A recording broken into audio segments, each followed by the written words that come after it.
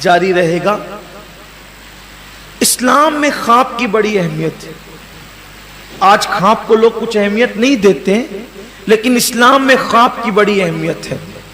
اہمیت اتنی ہے کہ اللہ کے نبی صلی اللہ علیہ وآلہ وسلم کا روزانہ کا معمول یہ تھا کہ فجر کی نماز پڑھا کر اللہ کے رسول صلی اللہ علیہ وآلہ وسلم صحابہ کی طرف منہ کر کے بیٹھ جاتے تھے اور فرماتے تھے بتاؤ تم میں سے کس نے خواب دیکھا ہے، تاکہ اس کی تعبیر بیان کی جائے۔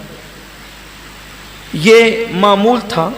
اب خواب کی اہمیت لوگوں کے درمیان نہیں رہ گئی۔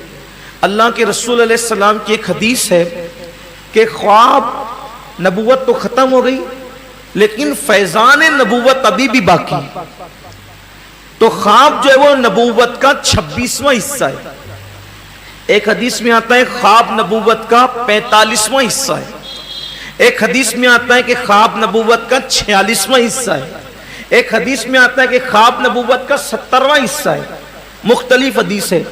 اب اس کی توضیح یہ کی گئی ہے کہ جو بندہ بہت نیک ہے تو اس کا خواب فیضان نبوت سے اتنا قریب ہے، یعنی جو جتنا نیک اور متقی ہوگا، جیسے جو بہت نیک اور متقی ہے تو اس کا خواب گویا کہ نبوت کا 26واں حصہ ہے، اور اس سے کوئی کم نیک ہے تو 45واں، اور اس سے اور کوئی کم ہے تو 46واں، اس سے اور کوئی کم ہے تو 70واں۔ اس طرح سے تفصیل ہے۔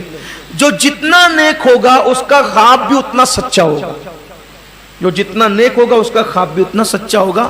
اگر خواب دیکھا جائے تو کسی نیک پرہیزگار عالم سے بیان کیا جائے، وہ بھی ایسا عالم جو خواب کی تعبیر جانتا ہو۔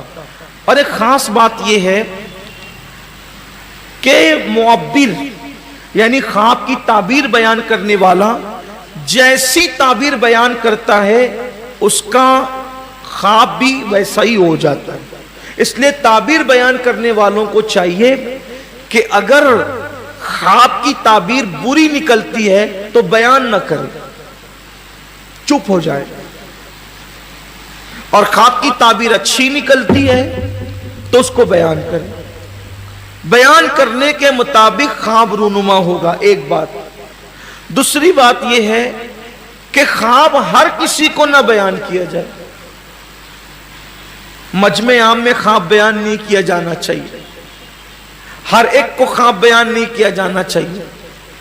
کچھ مخصوص لوگ بہت جو رازدار ہوتے ہیں نا، معتمد ہوتے ہیں، ایک تو عالم متقی ہو جس سے خواب کی تعبیر، اچھا رات کے وقت خواب بیان بھی نہیں کرنا چاہیے اور نہ خواب کی تعبیر بیان کرنا چاہیے، ایک بات۔ خواب پوچھنا ہے دن کے وقت، تعبیر بھی دن کے وقت۔ اب تو تعبیر بیان کرنے والے لوگ بھی بہت کم رہ گئے، آتی نہیں لوگوں کو، میں نے دیکھا ہے نہیں بیان کر پاتے، خواب کی تعبیر بیان نہیں کر پاتے۔ مسئلہ بیان کرنا آسان ہے، تعبیر بیان نہیں کر پاتے۔ ایسا لگتا ہے کہ جیسے آم کو املی اور املی کو آم۔ یہ خواب کی تعبیر بھی ایک مستقل فن ہے، اور یہ من جانب اللہ ہے۔ یعنی انسان تقوی سے جتنا قریب ہوگا اس کا دل اتنا اس علم کے لیے کھول دیا جائے۔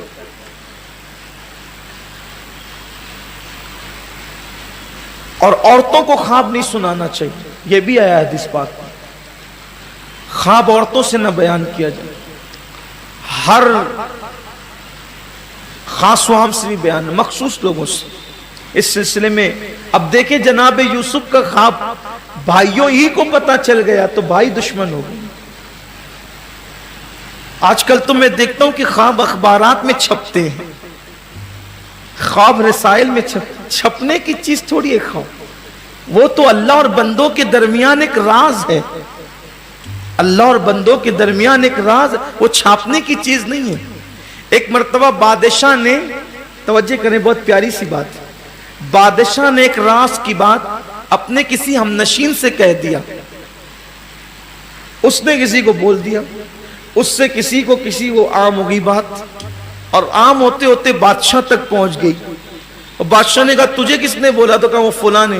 اور تجھے کس نے بولا؟ تو کہا فلاں نے۔ تجھے کس نے کہا؟ تو وہ فلاں نے۔ تجھے کس نے؟ تو وہ فلاں نے۔ فلاں فلاں فلاں فلاں کرتے کرتے ہم نشین تک پہنچ گیا۔ تو ہم نشین کو کہا کہ میں نے تو تمہیں اعتماد کر کے بتایا تھا راز کی بات، تم نے کیسے عام کر دی؟ اب تم نے عام کی تو تمہاری سزا یہ ہے کہ کہا کہ جلاد کو لے جاؤ، اس کی گردن کاٹ دو اور اس کا سر لٹکا کر بازار میں چٹھی لگا دینا، ایک بورڈ لگا دینا کہ جو بادشاہ کا راز ظاہر کر دے اس کی سزا یہ ہے، جو بادشاہ کا راز ظاہر کر دے اس کی سزا یہ ہے۔ امام غزالی رحمت اللہ علیہ نے تفسیر میں لکھا ہے، جو میں یہاں جو پیش کر رہا ہوں امام غزالی سے پیش کر رہا ہوں، کہ امام غزالی نے لکھا ہے یہاں آ کر کے، یار جو بادشاہ کا راز ظاہر کر دے اس کی گردن کاٹ کر کے جو ہے وہ اس کو بازار میں لٹکا دیا جاتا ہے، تو جو خدا کا راز ظاہر کر دے اس کے ساتھ کیا سلوک کیا جانا چاہیے؟ منصور اللہ جو تھے نا، ان کی جو گردن کاٹی گئی، ان کی جو گردن کاٹی گئی تو ان کے قتل کے فتوے پر حضرت جنید بغدادی کا بھی دستخط تھا کہ اس کو قتل کیا جانا چاہیے۔ حضرت جنید بغدادی کا بھی دستخط تھا کہ منصور کو پھانسی دینی چاہیے، اس کو قتل کر دینا چاہیے۔ تو حضرت محمد، ان کا اصل نام محمد حسین ہے ابن منصور اللاج، بہت بڑا نام ہے، یہ اولیاء میں سے بہت بڑے ولی ہیں۔ انا الحق کا نعرہ لگا دیا تھا تو علماء نے فتویٰ لگا دیا تھا کہ اس کو قتل کر دو۔ اب انا الحق کا نعرہ کیوں لگایا تھا تھوڑا سا اس کی بھی وضاحت کر دو، ورنہ آپ کہیں جو ہے وہ الجھن میں نہ پڑ جائیں۔ بات ادھوری کرنے سے بھی تو الجھنیں پیدا ہوتی ہیں، تو اس لیے تھوڑا سا ٹائم آپ کا لوں گا اور بات مکمل کر دوں گا انشاءاللہ اللہ کی توفیق سے۔ اصل بات یہ تھی کہ منصور ولایت کی اس منزل پر پہنچے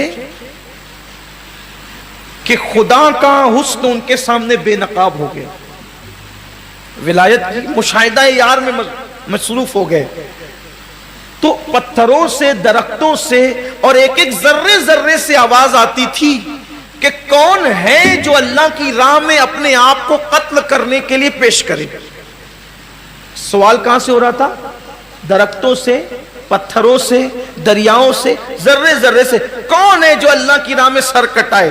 تو کہتے تھے انا الحق، اس کا میں حقدار ہوں، اس کا میں حقدار ہوں۔ تو اب چونکہ جو علماء ظاہر تھے اس دور کے، اہل فتویٰ، تو سوال تو وہ نہیں سن رہے تھے، وہ صرف جواب سن رہے تھے۔ تو انا الحق کا مطلب یہ تھا کہ میں حق ہوں، میں حق ہوں۔ اب جس نے کہا میں حق ہوں تو وہ تو کافر ہی ہوگا۔ تو چونکہ سوال اور جواب جو دونوں سنے گا تو صحیح مسئلہ اور صحیح جواب اخذ کرے گا۔ اب بیچارے وہ تو اہل ظاہر تھے، وہ تو چشمے کے بغیر جن کو سامنے کا نظر نہیں آتا ہو، تو انہوں نے درختوں کو کیا دیکھنا ہے؟ انہیں درخت کیا نظر آنا ہے؟ درختوں کی آواز کیا سنائی دینا ہے؟ ذروں کی آواز ان کو کیا دکھائی دینی ہے؟ تو یہ تو منصور ہی دیکھ رہے تھے اور سن رہے تھے اور کہتے تھے میں اس بات کا حقدار ہوں، لیکن سوال وہ نہیں سن پا رہے تھے، صرف جواب سن رہے تھے۔ استفتاء کیا گیا، سینکڑوں علماء نے دستخط کر دیا، لیکن ان علماء میں ایک عالم ایسا تھا جسے طاؤس العلماء سید الطائفہ جنید بغدادی کہتے تھے، جو سوال بھی سن رہے تھے اور جواب بھی سن، لیکن انہوں نے بھی دستخط کر دی اس کو قتل کرو۔ تو منصور اللاج نے جب ہاتھ میں ہتھکڑیاں اور پیروں میں بیڑیاں تھی تو جب چلتے چلتے جا رہے تھے تو سب لوگ ان پہ پتھر مار رہے تھے تاکہ ذلیل کریں جس نے خدا ہونے کا معاذ اللہ دعویٰ کیا، حالانکہ وہ خدائی کا دعویٰ ابھی آپ سن چکے نہیں تھا۔ سب پتھر مار رہے تھے کہ اس کو مار ڈالو۔ تو حضرت جنید بھی کھڑے تھے صف علماء میں، طاؤس العلماء کہلاتے تھے، بہت بڑے عالم تھے لیکن ولی بھی تھے، ظاہری نہیں تھے، ظاہر میں بھی تھے اور صاحب دل بھی تھے۔ تو انہوں نے سوچا کہ کچھ نہ کچھ تو مارنا پڑے گا نا، ریکارڈ بادشاہ کے ریکارڈ میں آنا چاہیے کہ میں نے بھی جب دستخط کیے تو میں نے بھی مارا ہے۔ اگر ریکارڈ میں نہیں آئے گا تو بادشاہ کہیں شک نہ کرے کہ دستخط تو کر دیے، مارا نہیں ہے، اس کا مطلب اس سے کچھ ملا جلا کچھ معاملہ ہے۔ تو کہا سب مار رہے ہیں، بادشاہ کے کارندے دیکھ رہے ہیں، تو انہوں نے سوچا یار آدمی تو سچا ہے، کیونکہ پوزیشن تو پتا تھی نا کہ ہے کیا، تو آدمی تو سچا ہے، پتھر ماروں گا تو اللہ کو جواب کیا دوں گا۔ دستخط میں نے صحیح کی ہے لیکن پتھر کھانے کا یہ مستحق نہیں ہے، میں نے اس کو پتھر نہیں مارنا۔ تو اپنے مریدوں سے کہا کہ پھول لے آؤ پھول. تو کئی پتھر برس رہے ہوں گے تو بادشاہ کے کارندوں نے تو صرف ہاتھ اٹھ کر کے پھینکتا ہوا دکھنا چاہیے, کیا مارا کس کو پتا. تو جب پتھر مار رہے تھے سب تو ہنس رہے تھے, منصور ہنس رہے تھے. ان کا پھول پڑا منصور پہ تو چیخ پڑے.